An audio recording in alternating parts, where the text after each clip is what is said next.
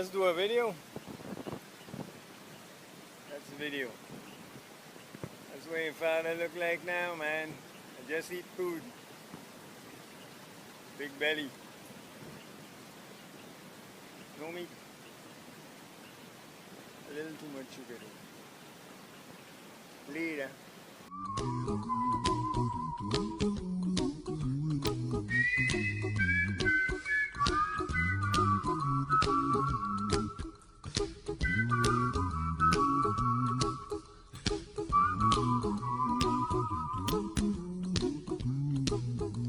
Here's a little song I wrote. You might want to sing it note for note. Don't worry. Be happy. In every life we have some trouble. But when you worry, you make it double. Don't worry. Don't want to go too far. I leave everything on my bike. So I'll walk in. Yeah. The boy ain't jealous. Still thinking about my garden now. I go back up there. Be happy. Don't worry. Be happy now.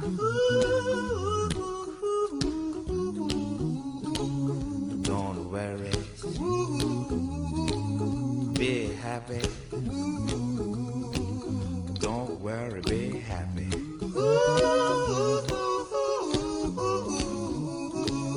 Don't worry. Be happy. Don't worry, be happy. Ain't got no place to lay your head. Somebody came and took your... Take your glasses, don't fall off. Yeah, Uncle Randy. Go, Uncle Randy. $20 on Uncle Randy. Uncle Randy! When you fall, make sure you're on fight, huh? Yeah, Uncle Randy! Where my lamb go?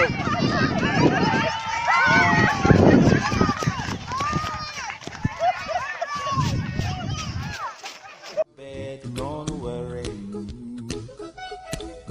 Be happy. The landlord say your rent is late.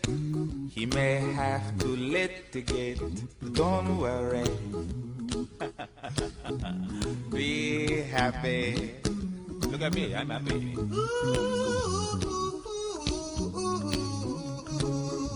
Don't worry. Be happy. I give you my phone number. When you're worried, call me. I make you happy. Don't worry. Be happy. Hey, this is a selfie now. Hey, let's walk up. Selfie. Jewel and Buddy. We in the shade.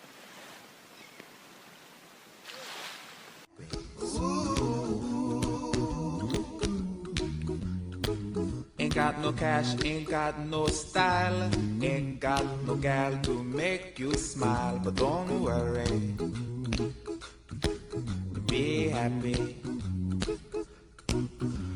Cause when you worry, your face will frown, and that will bring everybody down. So don't worry, be happy. Don't worry, be happy now. My name is Randy, and I'm my parents' eldest and most handsome son. Yeah, I'm afraid so. I'm also the black sheep of the family. That's why I'm stuck in this garden. I'm sure you guys are jealous, right? And those two of my lovely daughters. I got another daughter and another son. That's Robin, that's Randall. They're just on holiday, so I'm trying to spend time with them. But they're as pretty as the flowers, right? Don't you think so? I think so.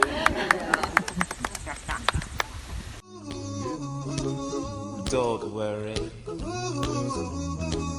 be happy. Don't worry, be happy.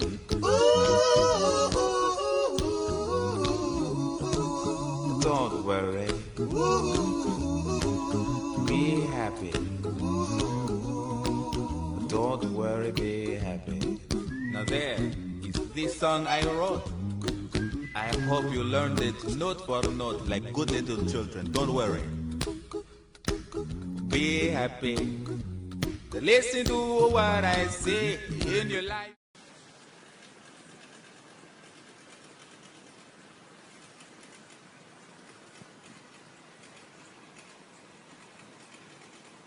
Getting it?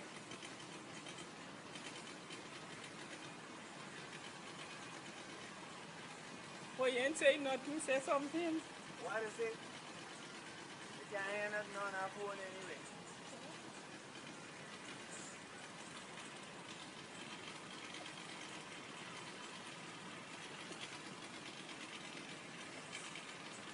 Paradise.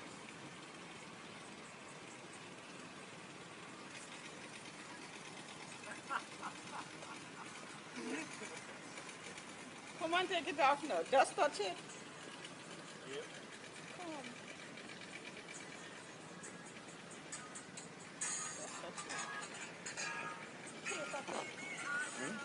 It's still going. Expect some trouble, but when you worry, you make it double. But don't worry. Be happy. Be happy now. Don't worry. Be happy. Don't worry, be happy.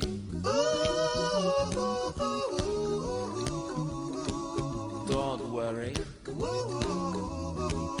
Be happy. Don't worry, be happy. So where's this man? Where you sitting? Sitting on the mermaid head? Oh Lord. Watching the fish?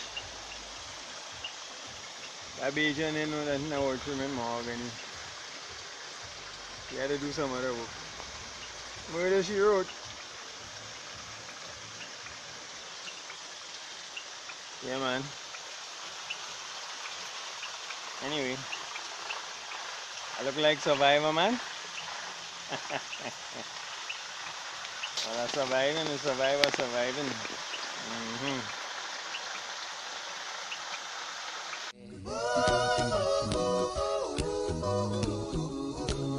Don't worry. Don't worry. Don't do it. Be happy. Put a smile on your face. Don't bring everybody down like this. Don't worry.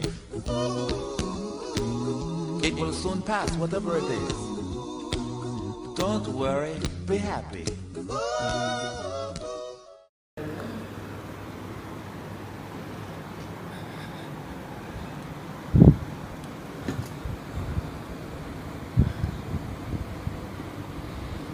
Yeah, the daddy's fixing the chairs.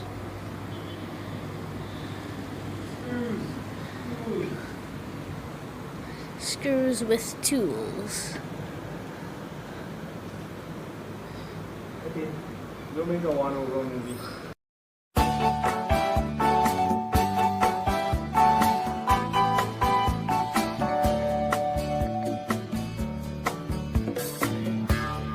Nibbling on sponge cake,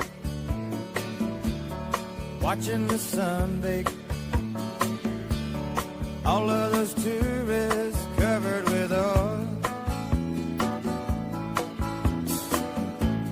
strumming my six string on my front porch swing. No wonder you had to wear a sports outfit to go to school, because look at the bag I had to go to school with.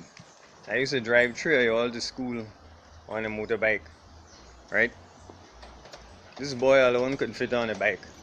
What's your bag? That's ridiculous. What the hell is this? Shrimp they beginning to boil, wasting away again in Margaritaville, searching for my lost sugar salt. Some people claim that there's a woman to blame, but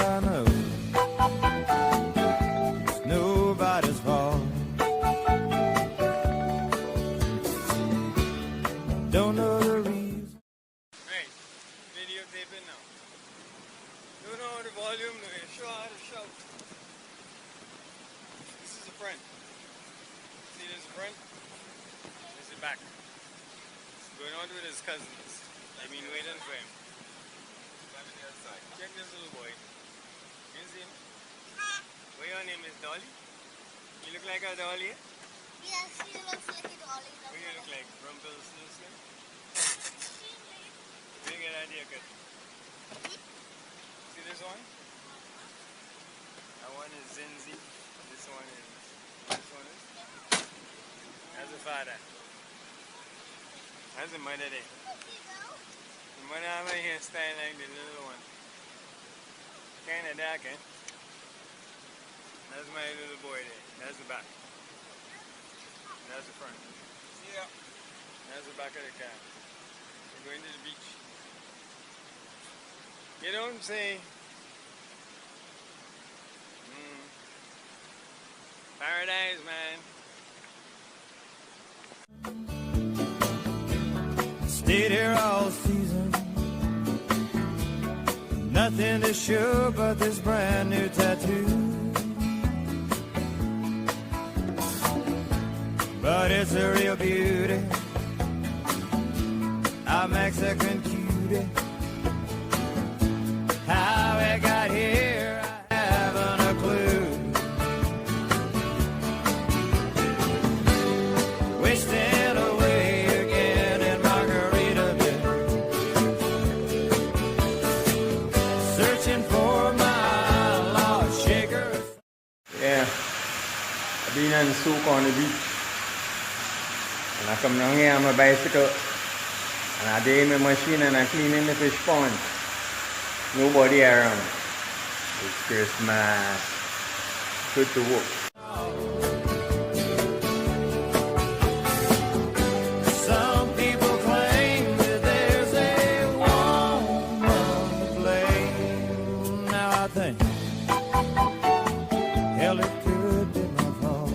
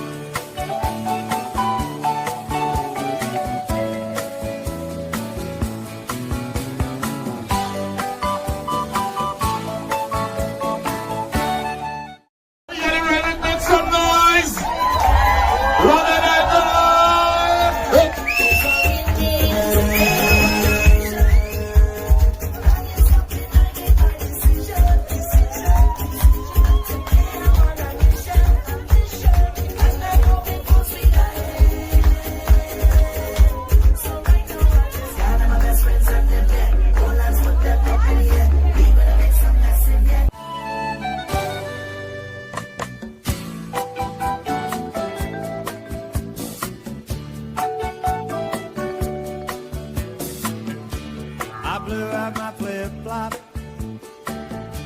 stepped on a pop-top, cut my heel, had to cruise on back home. But there's booze in the blender, and soon it will render that frozen concoction that helps me hang on.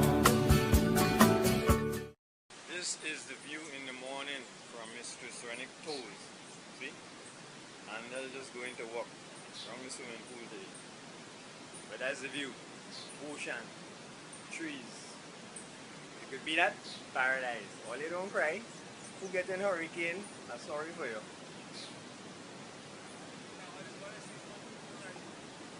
Nothing. Out in the Atlantic. So you good? So am I mad or crazy? Boat. So we sit down here and we're looking at boats in the ocean there. And then a little earlier, she said I'm a lunatic too. So all three. Oh, trees. Talking about trees. Trees, man. I hope all they have trees after the hurricane. Good Lord. Wasting away again in Margaritaville, searching for my lost sugar and salt.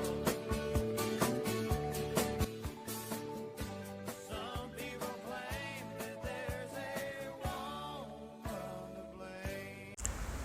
Good afternoon, everyone, and thanks for being here.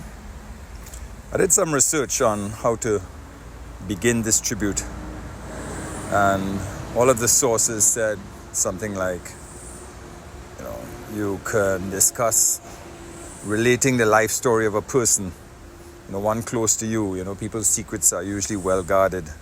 Our trials and tribulations are kept private. And I thought this might be a useful open reflection. And then I realized that doesn't sound like Randy at all. In fact, he was remarkably open about his opinions and challenges, almost to a fault. Let's start at the beginning. Randy was born in Montreal, Canada in 1958, where my parents had moved to live. Soon after he was born, they relocated back to Grenada, and his first years was probably spent right here at Sunnyside with my grandmother. However, we moved around a lot, living in the villa, in Sanssouci, in Mardi Gras, and in Montparnasse, before moving to a permanent home back at Sunnyside in the early 70s. I guess the 2-year difference between us is a lot when you're young. And I did a lot of hanging on with Randy and his older friends. My sense is that he tolerated me just, possibly because I might have been somewhat annoying. In this moment of reflection, I spent a lot of time looking at our early differences. In the road, playing with his friends. I did a lot of that as well, but I also enjoyed, these things only come out at funerals, make-believe tea parties with my mother, playing shop with Helen. I would run and hide if any of the boys came into the house, or reading. I did a lot of reading. This might give you the impression that Randy was a tough one, which is what I thought at the time, and really for many years. But in fact, it's never as simple as that. Characters are complex. Indeed, my mother recalled Randy often arriving home from school, being very upset with the bullying he had received from older boys. Presentation College was a sadistic environment. And even though we had many older Renwicks, you included, in the school, it didn't seem to protect us from the most highest level of wickedness. I was subject to the same bullying. But somehow, and this always surprised me, it seemed to affect him more. I think it only came to me as an adult that he was, in fact, the sensitive one. Did you know that? I remember one time when my mother was driving me and Randy somewhere, and a car got a flat tire somewhere around the bottom of White Gun, top of Lowther's Lane. She had a spare, the spare had air in it, and she wanted to change the tire because my mother was not up for calling for help. None of us knew what to do, or where the jack was, or ever used a jack. I was 9, Randy was 11. The stress of thinking about trying to discover this challenge just flipped Randy out. Randy was like, I have nothing to do with this. I am walking home. And he left us, and he walked from the top of Lowther's Lane back to Sanssouci, and left me and Mommy there to change the tire, which we did, with some trouble. Some of these early recollections are fuzzy, but from what I understood of those early years is that Randy desired a closer connection to Daddy and didn't feel that he got it. So most of you know, that Robin was gregarious, outgoing, and the life of the party went out in public, usually after a few drinks as well. But the polar opposite at home. Polar opposite, by the way, means really the opposite. And this distance that Randy perceived between himself and my father was a thread running right through his life, and something that bothered him right until the end. As we grew into teenagers and Randy's friend circle widened beyond our neighbors, we separated somewhat. I became an introvert, an avid reader, whilst Randy was always somewhere out and not particularly keen to have me along. That I remember. I remember vividly him giving in to me one afternoon, to me coming out with him. I was, I guess, about 14, he was 16.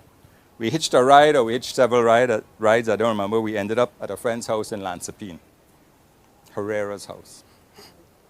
The evening lengthened, stretched, time stretched, and midnight came and went. Finally, when I could take it no more, I said to Randy, when are we going home? That'll be about 2:30 or something. I'll never forget my shock and horror when I realized he had no means of getting back to St. Paul's. And he had intended all the time to walk all the way back to St. Paul's, 6 miles. In those days, they didn't have many cars on the road. I swear to you, we walked for about more than 2 hours. 1 car passed us the whole time. I never asked to accompany him anywhere again. But that's not to say we didn't have some adventurous times. Every time Mommy went away, she was working with Demerara Life. She used to go to Ghana on a lot of meetings. He would, although he wasn't mechanical, he would remove the silencer from the car. Little Fiat 124 Special. And it was trouble. I mean, there was the night when we were chasing the Johnsons, Albert and Frankie, P4444, racing up White Gun.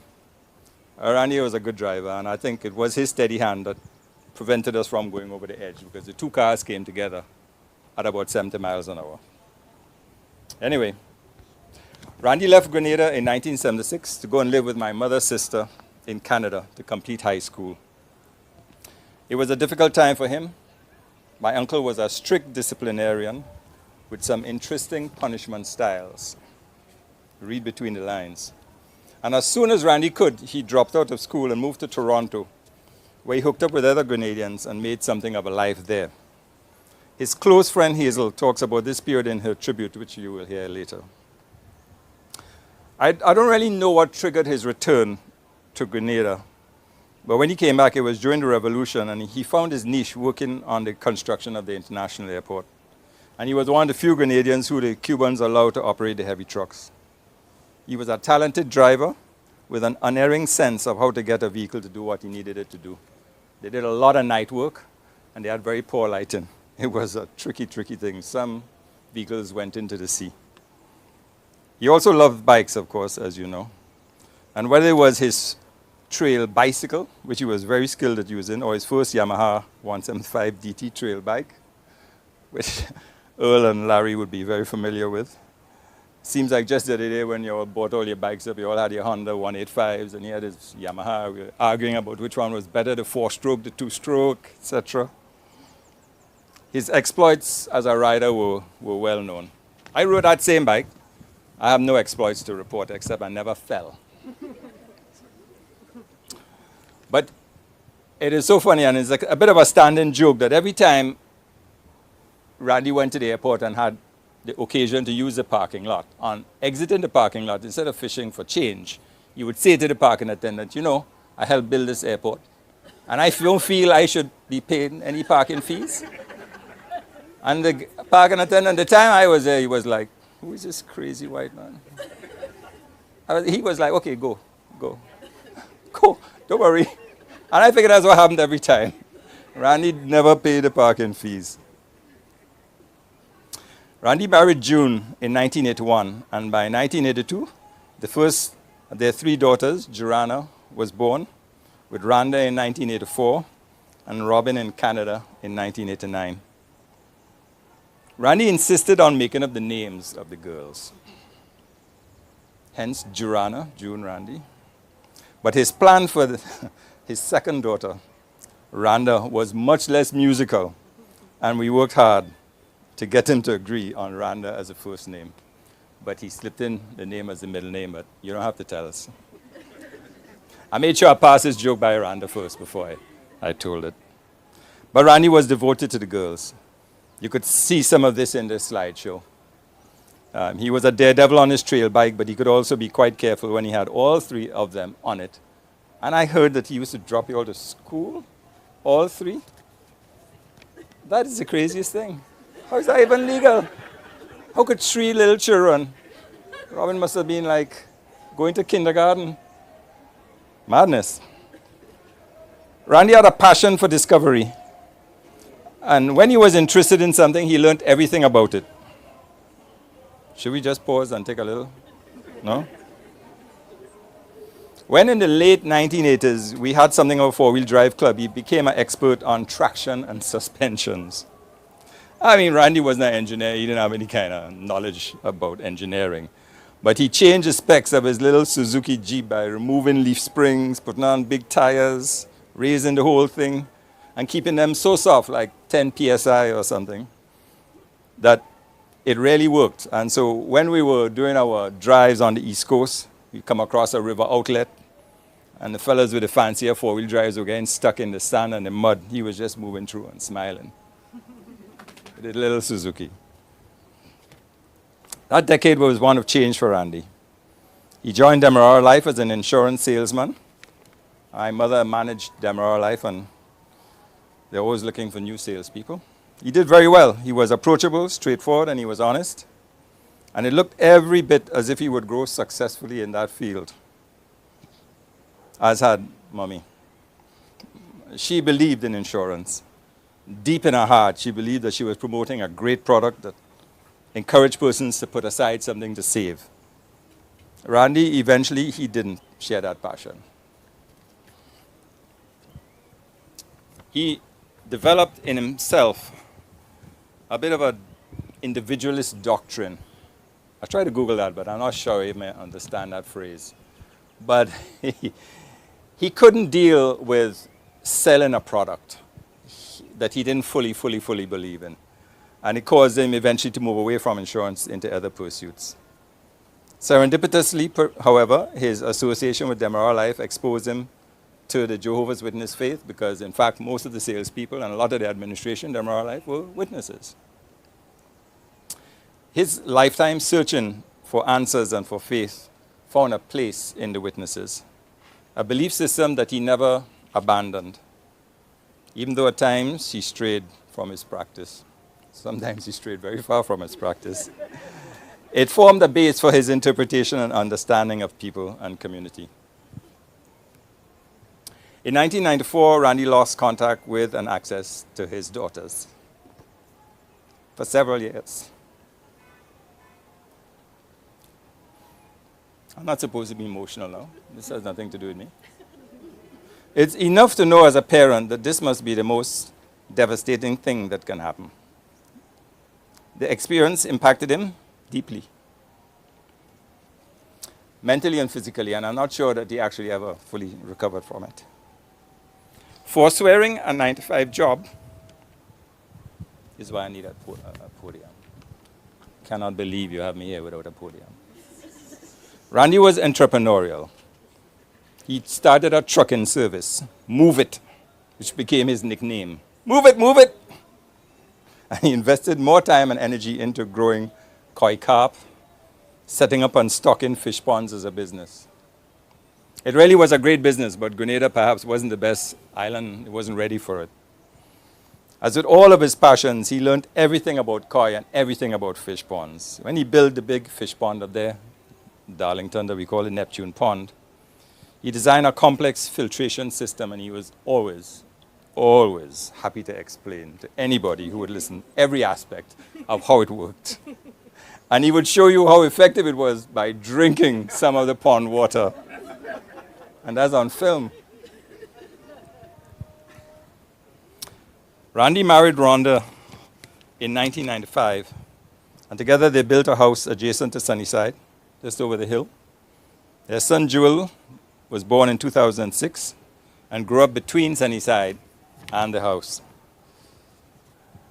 As Randy grew more interested in things natural, my mother sought to get him more involved in the garden, Sunnyside Garden.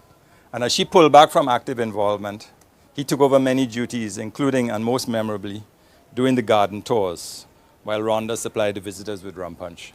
I presume Jewel was not helping with that particular section. But Jewel was definitely acolyte in terms of the garden. For my mother, giving up the management of the garden to Randy came with an acceptance that he was going to do it his own way. This especially meant that the garden tours became less about plant botany and garden design and more of an experience.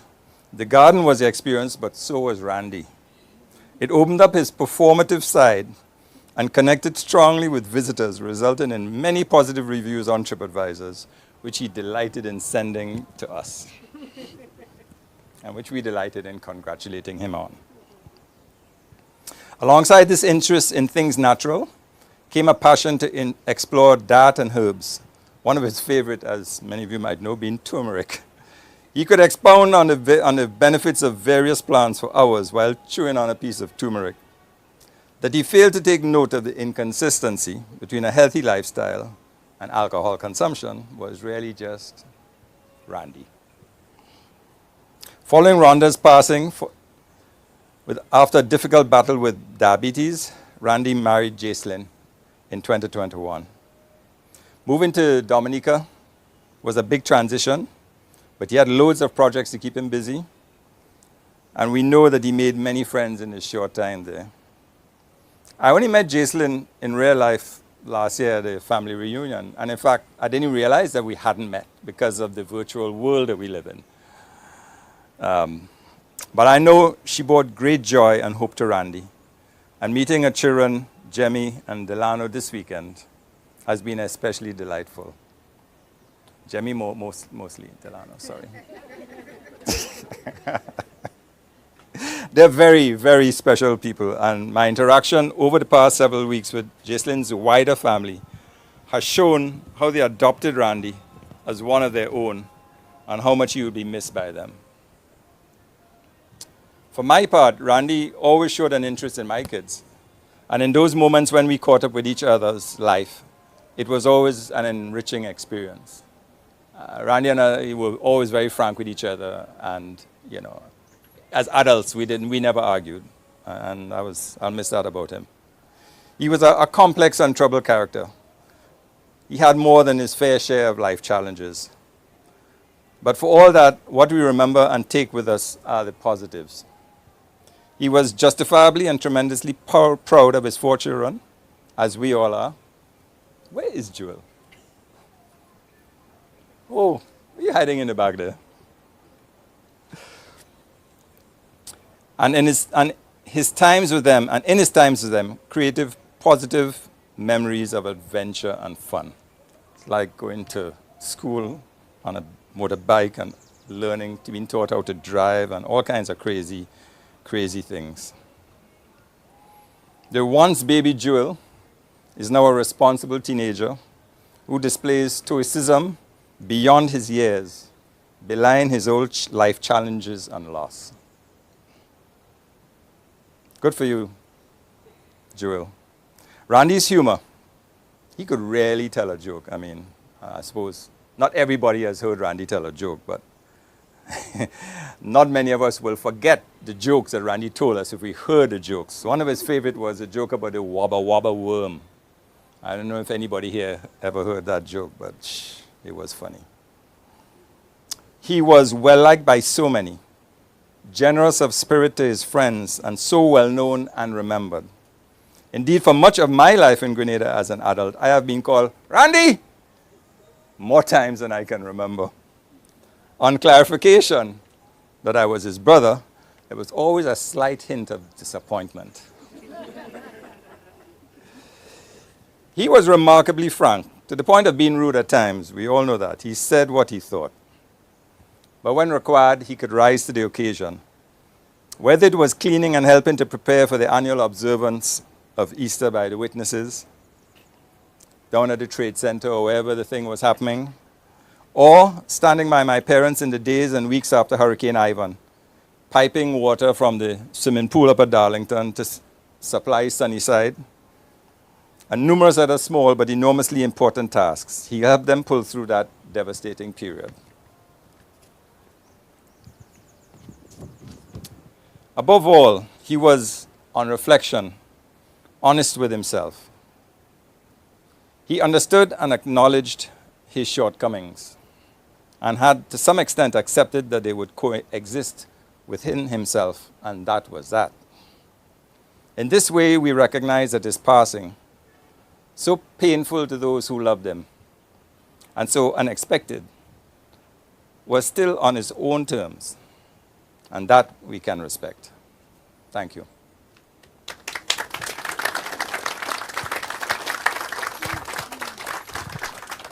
Thank you, Vaughan. Beautiful words. Well done. The next, I would like to ask Steve Wilson to come forward and talk something about our biker's life. Steve? There you are.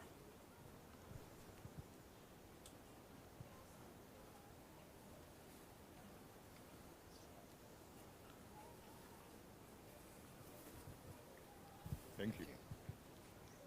Afternoon, everybody. You heard my name is Steve Wilson. For the ones of you who don't know me, mostly everybody here know me. On behalf of the bikers, which there's Earl, and bikers, there is, lots of people who ride bikes in Grenada, but Randy was a different kind of biker, He was the kind of biker who would ride with anybody. Like, his generosity, the guy who had no grudge. You call up Randy, say, want to ride wherever you want to go. He will tie his head, put on his long sleeve shirt, and he's gone. So, I think the roads of Grenada, although he left, would miss him. The character he was. He had a road different from everybody. He sat on the back seat of the bike. That is different. There goes the thing. He sat on the back seat of that thing and rode the shit out of it. just to tell you the truth. One of the best rides I've ever had, Rodney and I rode in Canada together. You probably didn't know that. He had a motorcycle in Canada. We lived a bit. Put it this way. From the 70s that you and I, Vaughn and I once shared a bicycle crash. That was the 70s, back to the bike thing. He was sitting on the back of a bicycle and I was riding really hard down a hill. The rest is history. I woke up in the hospital, he got some bruises, on and on about the bike thing. Fast forward, I have a friend who lives in Toronto who rides as well. And he was coming to visit Marcia and I, my wife, back there for a couple of weeks. He rides, so I said to him, listen, bring your helmet, we're going to ride. He brought his helmet. He didn't have a bike. So I called Brandy, I said, listen, I got a friend, we want to ride. He said, no problem. That thing, nobody rode that thing but Randy, okay? He gave it to my friend, he bought a bike. There were about 5 of us out there, Rohit, Randy, Wally, 5 of us. Yeah, let me tell you guys, I've ridden all over the place and had lots of rides. That was the best ride I've ever had. My friend from Canada, who was ridden all over the place as well, he would not stop talking about the freedom of that day. You talk about freedom, you talk about Randy. And the bike and the whole freedom and all that. So apart from, the bike, Randy's freedom, his presence, his generosity, his friendship, that's, if you're Randy's friend, you're friend with Randy for life. I don't know anybody who got upset with Randy. If he's annoying, you know what I mean? But you're still not upset with him. He's your brother, you can't get upset with him, you know what I mean? So I think he'll be missed by all of us for a lot of different reasons. He's one of the most genuine persons you can meet. Thank you.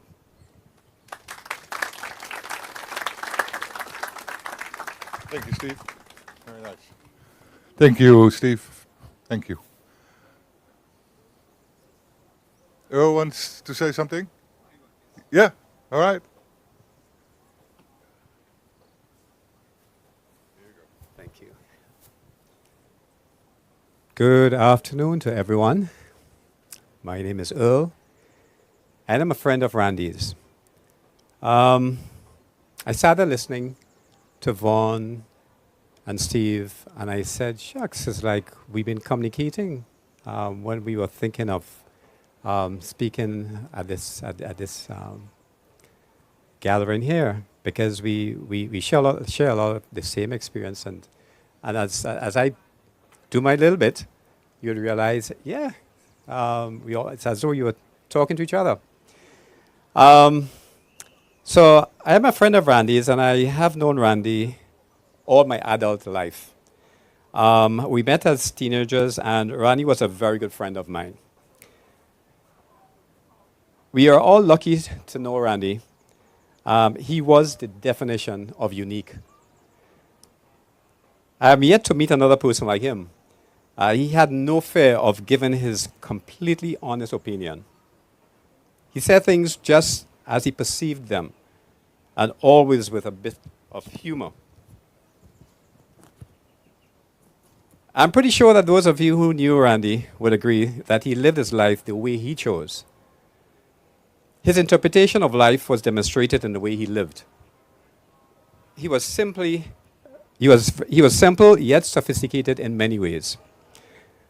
During the 40-something years that I knew Randy, he remained true to himself, his family, his friend, and his church.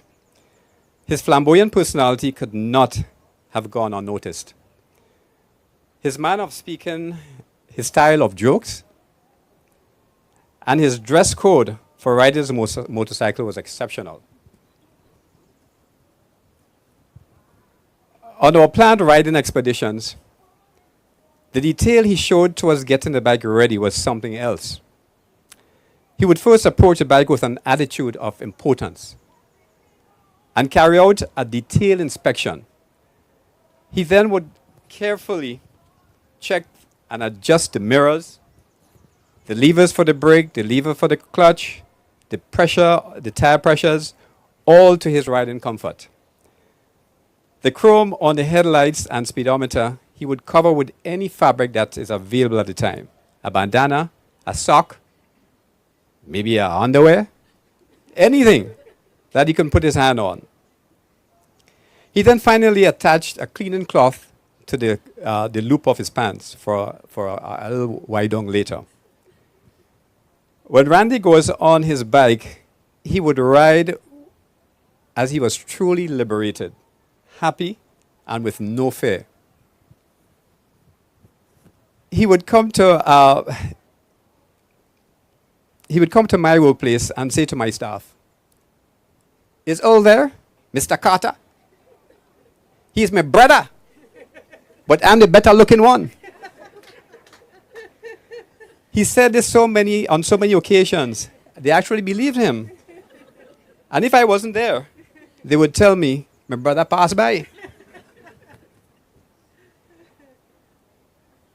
He had a saying, "People's is people's." Now, I did my own interpretation of that, and you can put your own also. He even had it written on his blue truck, in which he thoroughly enjoyed driving. Whenever my family and I visited Randy here at this beautiful garden, he was always delighted to show us around the entire garden, especially the ponds and how much the fish have grown.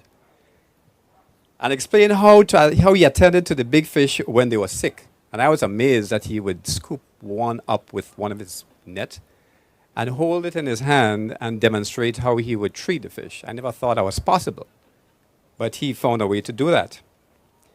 I remember when he designed and built a Japanese garden many years ago. Amazing. I saw him in his glory.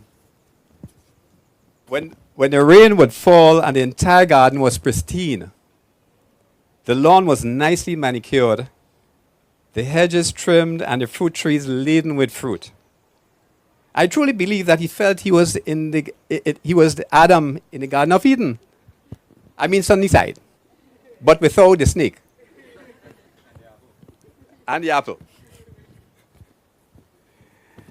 I remember him visiting me in my office with a true Randy chuckle. He said, "Boy, I have to give you this joke.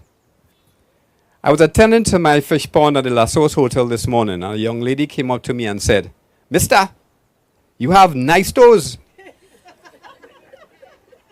I say, 'Yes, but I don't have nice teeth.'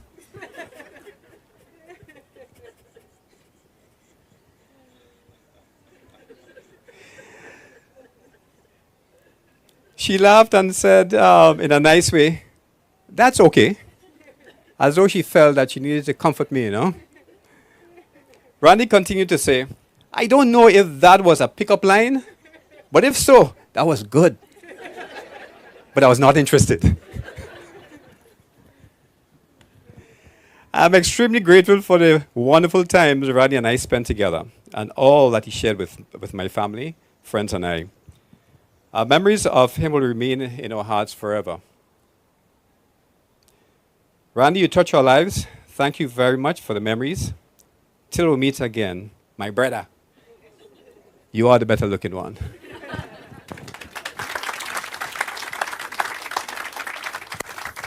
Thank you, Earl. That was nice. The next one, I would like to invite Hazel Dabro. Oh, she's still recording. Really? Sorry. Okay. We have a recording. I am very sorry that I cannot be there in person, but I thank you all, Randy's family and friends, for allowing me to be a part. My name is Hazel, and I have known Randy all my life, or most of my life. My earliest memories of him begin at my family home on Upper Lucas Street in St. George's, which was the central gathering spot for all of our friends at the time: Robert, Ken, Ralston, Roseanne, Beverly, Brenda, Deanne, and Randy, and the list goes on. All such good, strong, foundational memories. Although there were many friends all the time, Randy always gravitated to my parents and to my older brothers and sister. My parents had a strict dinner time rule where the whole family would gather to eat and also to debate the issues of the day. Several friends and Randy himself loved to join in these when he could, my father being focused on philosophy and my mother on religion, both of them being avid gardeners. Randy wouldn't get enough of pressing for more conversation, more argument, and he was never afraid to challenge established norms and traditional views. He questioned everything. I would often leave them and curl up on the couch with a book, always my favorite pastime. But the noise of my background, my mom going outside to water her plants before nightfall, my father swirling ice cubes around in his scotch glass, and Randy pacing between the two of them, asking, arguing, and they loved it. I would eventually call out from my seat, Randy, oh God, man, you're a pest. But they would never mind me. When I look back into the views of my childhood, Randy's voice is everywhere. Perhaps this is what led him to actually live with us when we moved to Toronto. I moved to Toronto in 1976, a long time ago. I had started university and a relationship with the man I would later marry, and in opposition to my very conservative academic direction, Randy was now learning the culture of the streets and the clubs and the highways and byways of life. Now only occasionally knocking on my door to ask, "You busy? Let's talk." We would go out for long walks then. Winter or summer, rain or shine, and hours would pass with us walking and talking. "Let's go back," I'd say to Randy eventually. "Mummy's gonna worry." But my mom never really did worry. Randy was a trusted brother and friend.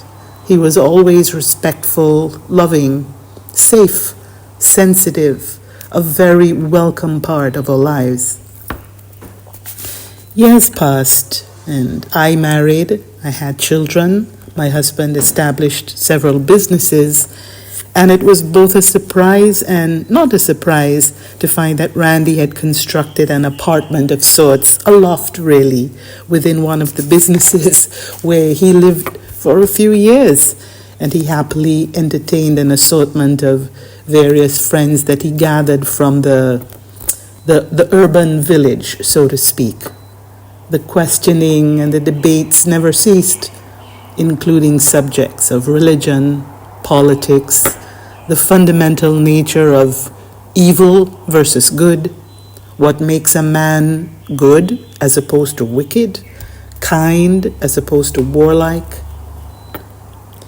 Randy eventually returned to Grenada, craving his father's garden, and established his own families and his own work, and we lost touch. Fast forward to many years later, when I returned to Grenada, I think that was around 2008, when I not only had 2 adult daughters and 4 grandchildren by then. And one day, when I was curled up on my deck reading a book, not much has changed, I heard a motorcycle roaring up my driveway. I heard my dogs rush out, leaping in a fury as they would. I have 5 dogs, German Shepherds and Huskies.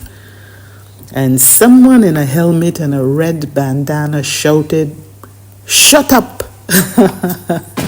And to my utter amazement, all 5 dogs backed down, and a familiar voice called out, "You're busy? Can you talk?" Randy, as though it were yesterday. 2 central themes of conversation took center stage at this time of Randy's life. One, his family. Lucian, his youngest sibling, who he loved her so dearly ever since, and who had always been his safe space to go to when falling out with other family members. And Vaughn, who Randy literally adored, especially for the father he'd become to his 2 sons. I would have to watch photograph after video of Vaughn and the boys. Such admiration in Randy's tone for his younger and less handsome brother. If you know, you know. Not to mention his long-lost daughters, as he always called them. There's a granddaughter, too, who rides a horse, and I would have to watch photographs of her until I nodded off. One day, Randy spoke of a conversation with his daughters that had gone very well, and Randy was euphoric as he told about it. "Randy, are you high?"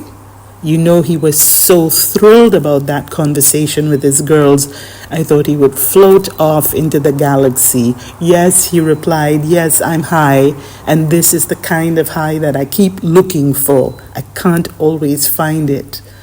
As for Joel, Randy was obsessed with his son, literally obsessed with his own capacity as a father to guide his son to become the man that Randy thought was ideal. A man of kindness, of compassion, of a felt and unconditional love for his family, of religion, generosity, and sensitivity to the world and all of its sentient beings. You see, the old themes were coming full circle again. Randy's second central focus was nothing less than the very nature of being itself, the nature of consciousness, the difference between brain and mind. Is there a soul? Is it different from thought? What about obedience to the laws of nature and God? What about mysticism as opposed to cultural mores and folkways? Here's a story to illustrate. One day, when Randy roared up on his motorbike, put my dogs in their place, and called across the porch, "You busy?" His phone rang, and I heard the conversation. Wait, some background. Do you know what a sealing wax palm is? It's also called a lipstick palm or red palm, and it's native to Thailand, Indonesia, and those places. Therefore, extremely rare in Grenada. I believe that Randy's mom and himself, perhaps along with John Quisick, are the only successful growers here. Sealing wax palms are famously difficult to propagate, and they can go for as much as $1,000 US per plant, or at least back then, both because of their really stunning beauty and for how instantly they perish if not transplanted just properly. Okay, so a person had just come to Grenada and established a remarkable property on the island where they determined to plant up a forest of sealing wax palms. Randy gingerly sold them 3 with copious, long-winded instructions on how to transplant them and tend them. Once those 3 were successfully caught, he told them, they could come back for more. So now they were calling him, and I could overhear the whole conversation through his cell phone. They were saying that they were in his garden and he should come home now, please, because they were back with transportation to get as many more as they could and were actually willing to pay for everyone. Side note that this could be equivalent to a pretty penny. Well, what happened to the 3 I gave you last week? Randy asked. And then I heard him say, dead? Dead? What did you do? And then, lifting his voice quite significantly, the neighbors heard him. He told the phone, get out of my garden. Get out, and don't let me catch you there again. And he flung his phone. I, of course, can offer a very professional understanding and diagnosis of the situation as I asked Randy, are you a lunatic? But I would like to explain that this exchange should be read as symbolic of Randy's orientation to life. He and his mum, or perhaps just his mum actually, would have nurtured those tender saplings, giving them just the quantity and just the quality of what they needed to grow and thrive. They would have poured love, research, commitment to the life force itself into those plants, and then only to have them cut down, so to speak, by ignorance and carelessness. This was outrageous to Randy, especially given the apparent sort of callousness with which the failed plants had been discarded and then give me more, give me more. Randy's personal sense of values would never extend to income earning in lieu of plant life or animal life. And this reverberated through his expertise in herbalism, the perils of blue light, and the crises plaguing our earth and its weather systems, as well as families and their interpersonal dynamics. Randy spoke his truth without compromise, no matter the cost. He was not a stoic, but was open, not afraid of the dark corners of his mind, but dedicated to excavating them and bringing them to light.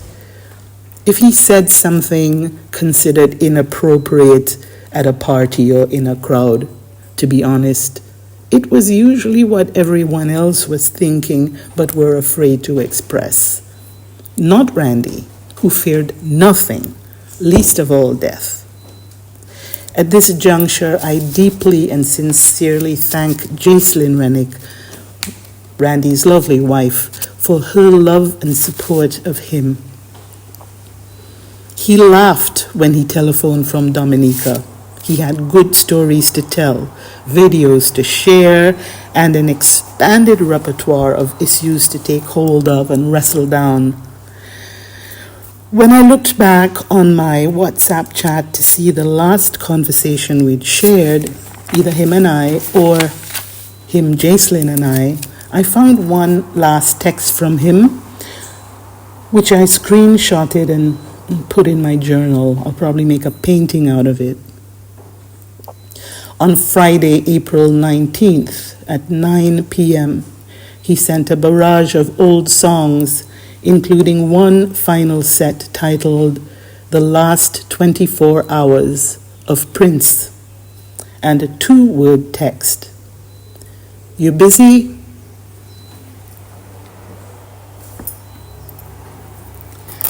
Within hours, Randy had left us. Randy, I will catch you in the next life, don't you worry, and we will talk. And I would first like to ask Mr. Philemon James. Yeah, there you are.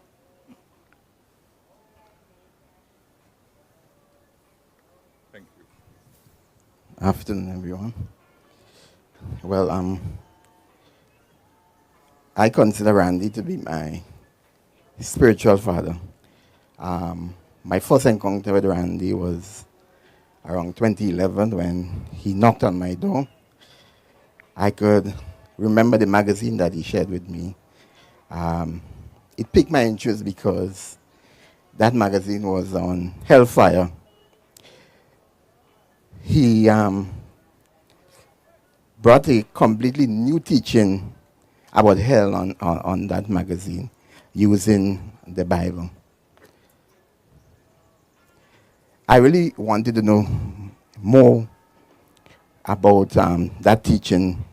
So he promised to return the next week. And although I kept putting off the return visit, week after week he was persistent in calling me. And then finally I agreed, and he returned, and that led me to studying the Bible with Randy. Randy was very consistent in coming to study the Bible with me Sunday after Sunday. And he would be at my home, always on time. And what made the study interesting is that he would invite different brothers to accompany him, and they would give their experience, which would encourage me to keep on studying the Bible. Randy showed interest in me not just as a Bible study, but also as a true friend. I could remember when I was discouraged, I would call on Randy, and he would never be too busy to listen to my concerns. Most times he would invite me up to the garden to just talk. And when I finished talking to him, I would always feel encouraged. Moments like these is what kept me studying the Bible and have me in the truth today. I could remember when I had my first Bible reading. Randy made himself available to practice with me. And I could always remember while studying, he giving me the encouragement to be a very good reader. And because of that encouragement, I love to read Jehovah's Word today. Randy was very humble. I could remember when he had the task of cleaning, he would not shy away from that duty.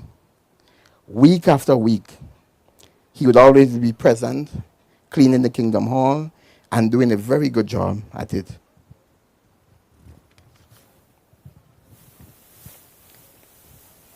Randy was a very generous person. He would always invite me to his home to socialize with his family. And when I left to go home, he never left me empty-handed. He always made sure that I went with a bag full of fruits and vegetables, and sometimes fish from the pond. Randy was very cool and calm. Although Randy spoke his mind on matters, I never remember seeing Randy being angry. Randy loved Jehovah very much. You would know that from when he spoke to Jehovah. When Randy prayed, he was never afraid to tell Jehovah what was on his heart. And when he had his assignments, he took it very seriously. Randy also loved his family. He always talks about his family. His girls, well, I always had an encounter with Joel when we were up in the garden, me and my family. So he never ceased to talk about his family. So friends, there are so many other things I could say about Randy, but time would not permit me. But in closing, Randy would be greatly missed. He was a loving father, a loving husband, a loving brother, and a loving friend. But we know definitely we would see him again in the new world because he loved Jehovah very much, and Jehovah will always have him in his memory.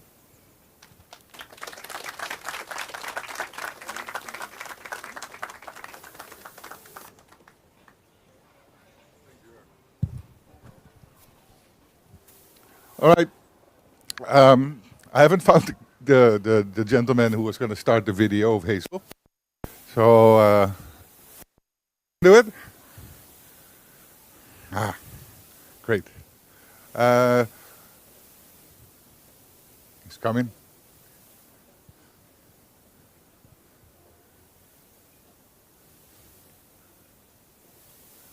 Very good. Well, we have a short pause for him to start the video. I would like to tell you that after the video, we will move to the back veranda. There will be drinks and a little bite available, everybody. Word of advice, the toilets are in the back of the garage. You need to find them. We just had a big water delivery. The water is a little murky. Don't worry, we have plenty drinking water as well.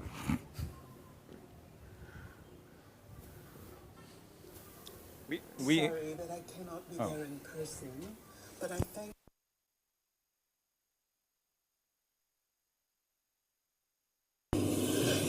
My name is Hazel, and I have known Randy all my life, or most of my life. My earliest memories of him begin at my family home on Upper Lucas Street in St. George's, which was the central gathering spot for all of our friends at the time.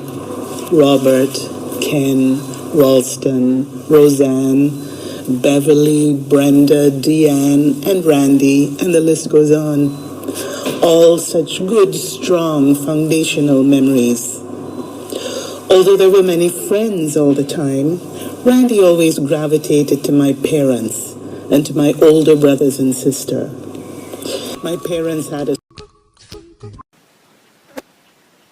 Well, let's do a video. That's the video. That's what your father look like now, man. I just eat food. Big belly. No meat. A little too much sugar though. Later.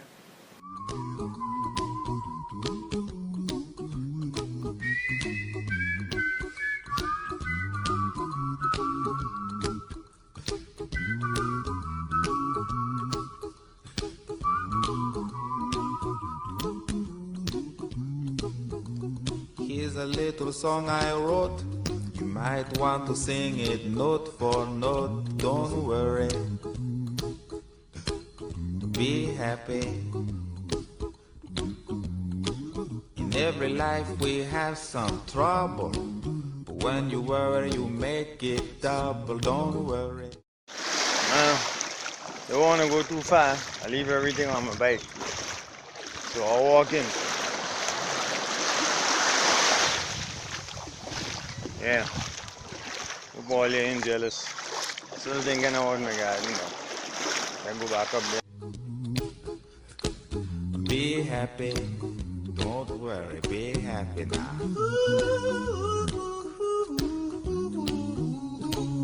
Don't worry.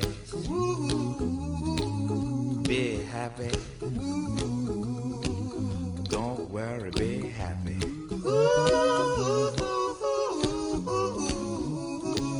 Don't worry. Be happy.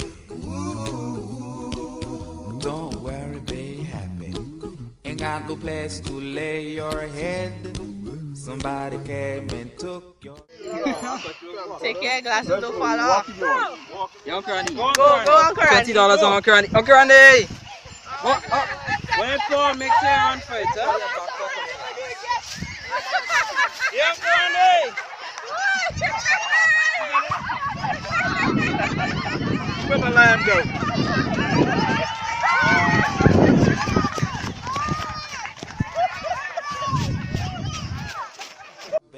Don't worry, be happy. The landlord say your rent is late. He may have to litigate. Don't worry, be happy. Look at me, I'm happy.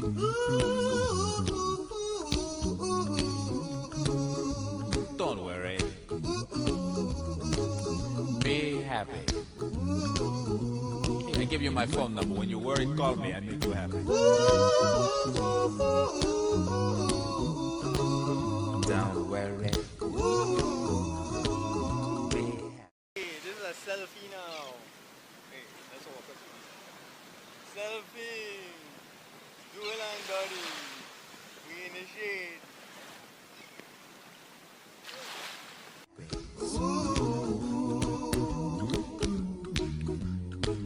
Ain't got no cash, ain't got no style, ain't got no gal to make you smile. But don't worry, be happy. Cause when you worry, your face will frown, and that will bring everybody down. So don't worry, be happy. Don't worry, be happy now. My name is Randy, and I'm my parents' eldest and most handsome son. Yeah, I'm afraid so. I'm also the black sheep of the family. That's why I'm stuck in this garden. I'm sure you guys are jealous, right? And those two of my lovely daughters. I got another daughter and another son. That's Robin, that's Randall. They're just on holiday, so I'm trying to spend time with them. But they're as pretty as the flowers, right? Don't you think so? I think so.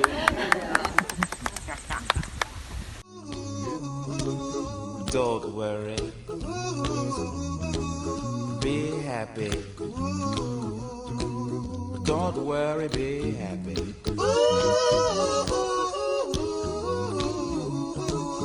Don't worry,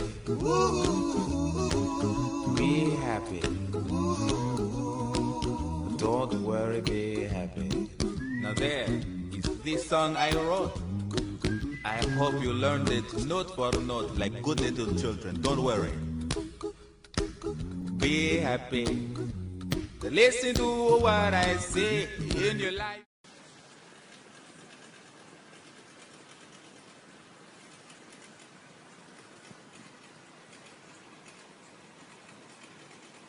Getting it?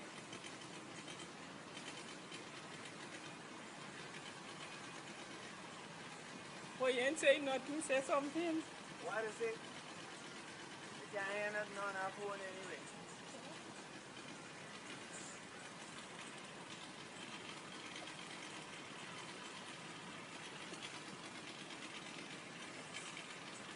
Paradise.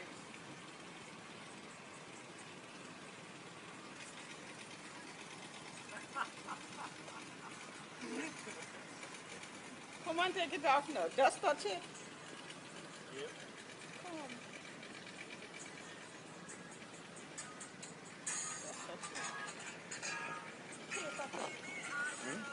It's still going. Expect some trouble, but when you worry, you make it double. But don't worry,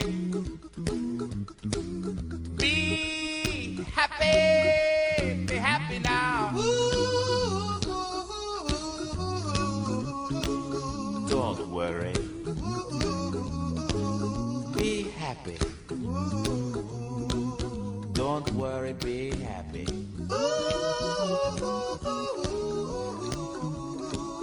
Don't worry, be happy. Don't worry, be happy. So where's this man? Where is it in? Sitting on the mermaid head. Oh Lord. Watching the fish. That beach and then that's not watching him mahogany. You had to do some other work. Murder she wrote. Yeah man. Anyway. I look like Survivor man. Well, I'm surviving, the survivor surviving.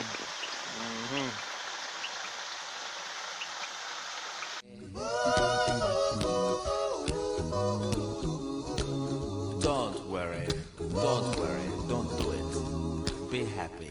Put a smile on your face. Don't bring everybody down like this. Don't worry. It will soon pass, whatever it is. Don't worry, be happy.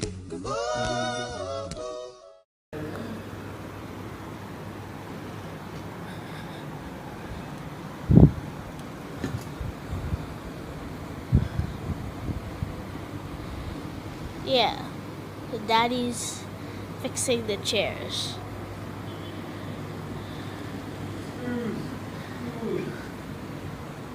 Screws with tools. Okay, don't make a one-over movie.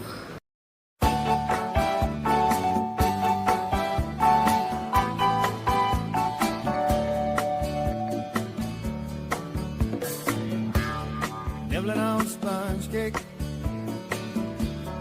watching the sun bake. All of those tourists covered with oil, strumming my six string on my front porch swing. No wonder you had to wear a sports outfit to go to school, because look at the bag you had to go to school with. I used to drive through all to school on a motorbike, right? This boy alone could fit on a bike. What's your bag? That's ridiculous. What the hell is this? Shrimp, they're beginning to boil. Wasting away again in Margaritaville. Searching for my lost sugar salt. Some people claim that there's a woman to blame, but I know it's nobody's fault. Don't know the reason. Right, videotaping now. Don't know the volume, no, you show how to shout. This is the front. See, there's the front, there's the back. He's going out with his cousins. I've been waiting for him. Check this little boy. You see him? What your name is Dolly? You look like a dolly? Yes, she looks like a dolly. What do you look like? Rumpelstiltskin? Where you get that haircut? See this one? That one is Zinzi. This one is. That's the father. That's the mother there. The mother have a hairstyle like the little one. Kinda dark, eh? That's my little boy there. That's the back. That's the front.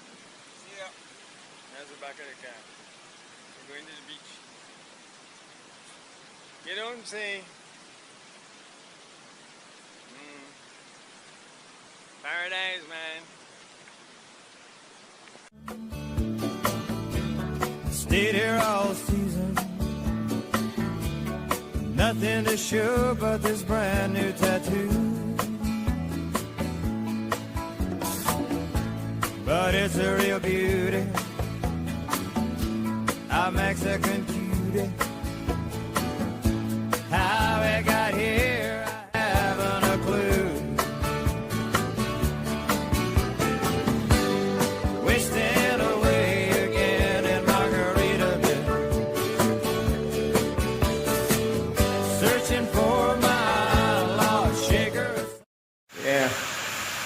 been and soak on the beach. And I come down here on my bicycle and I do my machine and I clean in the fish pond. Nobody around. It's Christmas. Good to work. Some people claim that there's a woman to blame. Now I think, hell, it could be my fault.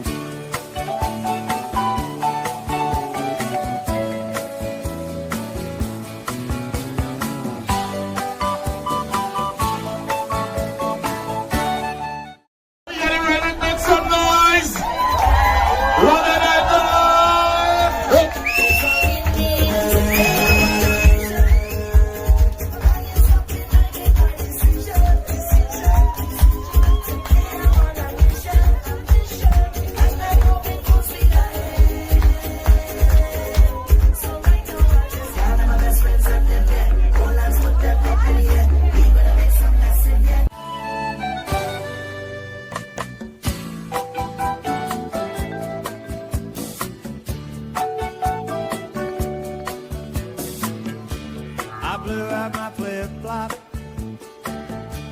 stepped on a pop-top.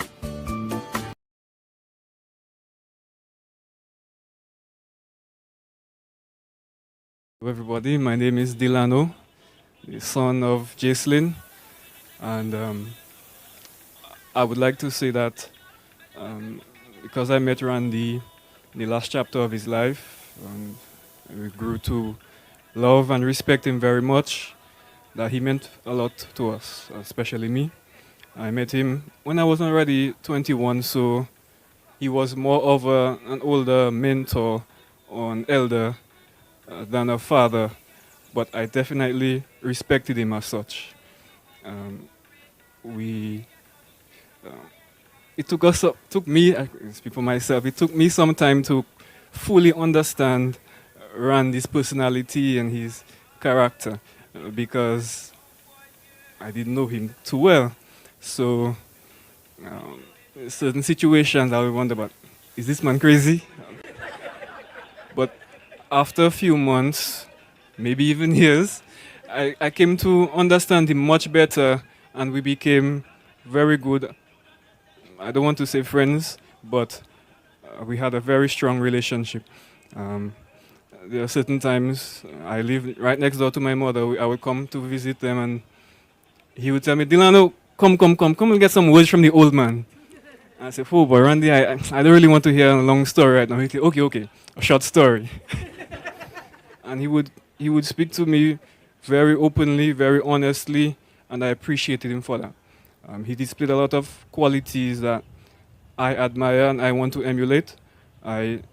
I believe he was a genuine person, and he definitely was so with me and with my family as well. So he displayed qualities that any young man would want to emulate. He was strong, he was determined, honest. He had a lot of good qualities that I personally want to emulate and imitate.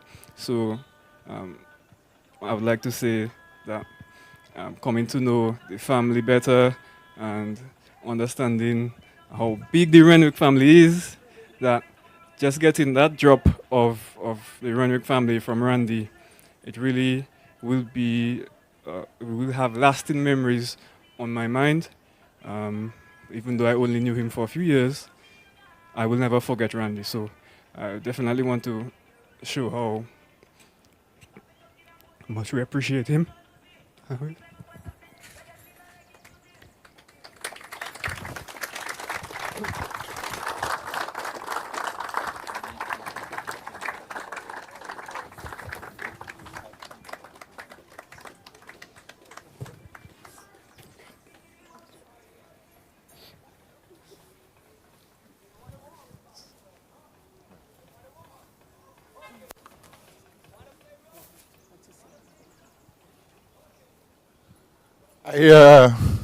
Robert, you wanna?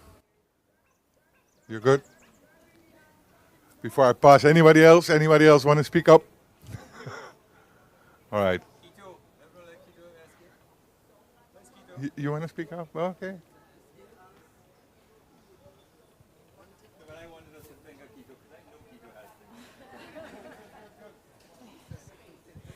Hi everyone. My name is Jemmy Kay. I'm also Jason's daughter. And I'd just like to echo the sentiments of my brother that we loved Randy very much. And we really appreciated the knowledge and the wisdom that he would share with us. He had lived a full life and he really was inspiring. I really enjoyed his honesty. It's such a rare quality to find in today's world. And it was very refreshing to speak with him. You could feel how genuine his spirit was. And I personally really loved the relationship that he shared with my mother because she loved him very much and he loved her, if not tenfold. That's another thing I love about Randy is that he loved every piece of him, every part of him. He gave himself fully in everything that he could. And that's what I want to say. Thank you. Thank you. Yeah, you see, we booked a DJ for 6, but he started an hour earlier, I guess. Excuse for that. Yeah, but that's St. Paul's noise pollution we have every weekend, so we get used to it. You don't hear it anymore. Kito, please come forward. Use the rhythm. Well, I'm not sure why I'm up here because Vaughan seems to have covered everything possible. But I'd like to say that I first got to know Randy well when my family was moving from Montparnasse to Lansopine, and I spent quite a few months living with Uncle Robin and Auntie Jean and the rest of that family. And so, as young boys, Randy is quite a bit younger than me, but myself and Malcolm both stayed there. And getting up to mischief in the area with the other young boys there, Randy, although much younger than us, he wanted to be in everything. So he tagged along all the time. And being the youngest, he would often get caught out. And then, once he was caught out, he spilled the beans. And me being the oldest in the bunch, I had to get the talk down from Auntie Jean. So that wasn't very pleasant. Many years later, Randy and myself grew close because I used to love to come up to Sunnyside Gardens. And I would come up every now and then to have a chat with Randy. The thing that was always so nice is that Randy seemed always so happy to see me when I came. I don't know where he got the info from that they used to call me Bill. But I became Bill the Thrill. And if he saw me a mile off, he'd be Bill the Thrill. And we'd sit. I mean, no visit here was without visiting the koi pond and getting stories, which I enjoyed.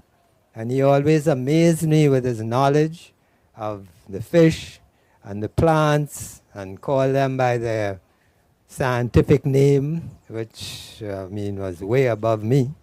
and but we spent hours sometimes sitting, just chatting. He was always very interesting to talk to, and my visits always very enjoyable. So I certainly would miss Randy, and on behalf maybe of my family, I'd like to express my condolences to everybody, and to Jacelyn. Thank you.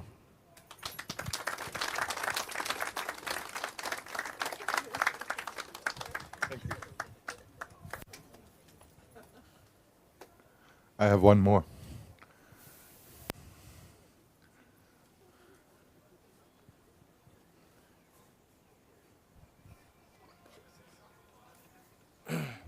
This is kind of impromptu, but I thought I should say something on behalf of the Maras family, because Randy was married to my sister, Rhonda, whom I was very fond of, one of my favorite sisters. I met Randy the first time when I was probably about maybe 10 or 11 years old, and he had this Suzuki Samurai. I think you spoke about it earlier, with his 3 girls, with the big tires on it. And at the back of it, covering the tire, he had the slogan, "Peoples is Peoples." So I always like vehicles, anything with wheels. I used to buy toy cars and pimp them out with cardboard and foil paper and steal my mom's buttons with the diamonds on it and make lights and stuff. So looking at that Suzuki, I always say, when I get old, I want to have a van looking just like that. You know? And later on, getting to know Randy a little better, you know, I always had a love for vehicles and so forth, and of course life changed as the years go by, and then he started courting my sister, and he used to come home a lot. With that was one that 125 Yamaha motorcycle, 175, right. So that was my first experience with motorcycles. So Randy taught me to ride motorbike. So when he come to court my sister, I used to take the bike and go down to Queen's Park and go through the goal posts and practice and bring it back home. So I remember I getting to know the family better going along. Now I was a carpenter, young carpenter. Thanks to Miss Jean Renwick, she has been a very good encouragement to me in terms of trade and going forward. Any odd job she would call me. First person. whether it was a dark house need building or the house need repairing. I remember one day she called me and she said, "Alfred, I have the house up at Darlington needs to be painted over. You think you can handle it?" That time I was about 22 years old. I haven't painted a house before, but I mean, I have an idea about painting. So Mrs. Renwick, full confidence in me. She said, "Come and give me an estimate." So I came up. I had to hire people to work with me for the first time. Painted over the house. When I finished, she said, "Alfred, I'm very pleased." She said, "I'm going to give you a letter of recommendation. So if you have to paint another house, you could present a letter and have them call me." I said, "Okay." So it gave me a lot of confidence in pursuing trade as a young tradesman, you know, coming up in Grenada. And I appreciated them for, you know, allowing me to do what I could do best. And I got to know the family a lot better, in particular Lucian, because most time I come up, Lucian was the one around. And would always kindly offer me, "Alfred, you want something to drink? You want something to eat?" You know? And I felt very comfortable working with the Renwick family. And during that time, I would get to rap with Randy some more, get to use his bike. I remember one day I came up and Randy wasn't here. And he had that same 175 under the house there. And I said, let me go for a ride, man. So I take the bike, gone up to Montparnasse. When I came back, Randy was already back. So I packed it under there. He looked at me, he came down. He said, Alfred, you know you don't have a license? I said, yes, but you're not going to ride. He said, when you get your license, you can take the bike anytime you want. So then I realized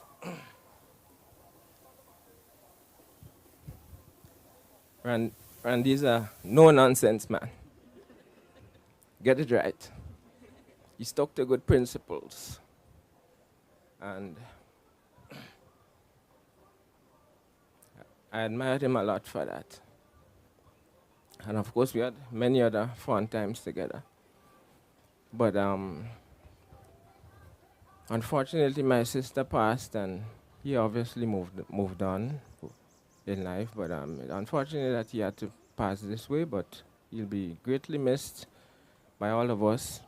And one thing I know, from the first time I met him till when he died, he was a firm believer in God's word, held strongly to the truth found in the Bible, and we as witnesses look forward with great anticipation to the new world and to resurrection. And I long to see him again when we are all made perfect. Thank you.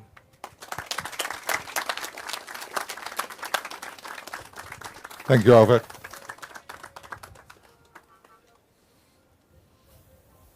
Okay. Anybody else who wants to take the mic? No? Okay, then we'll conclude this part here. I ask you all to come and join us in the back front of Sunnyside for toast a memorial of Randy. Thank you.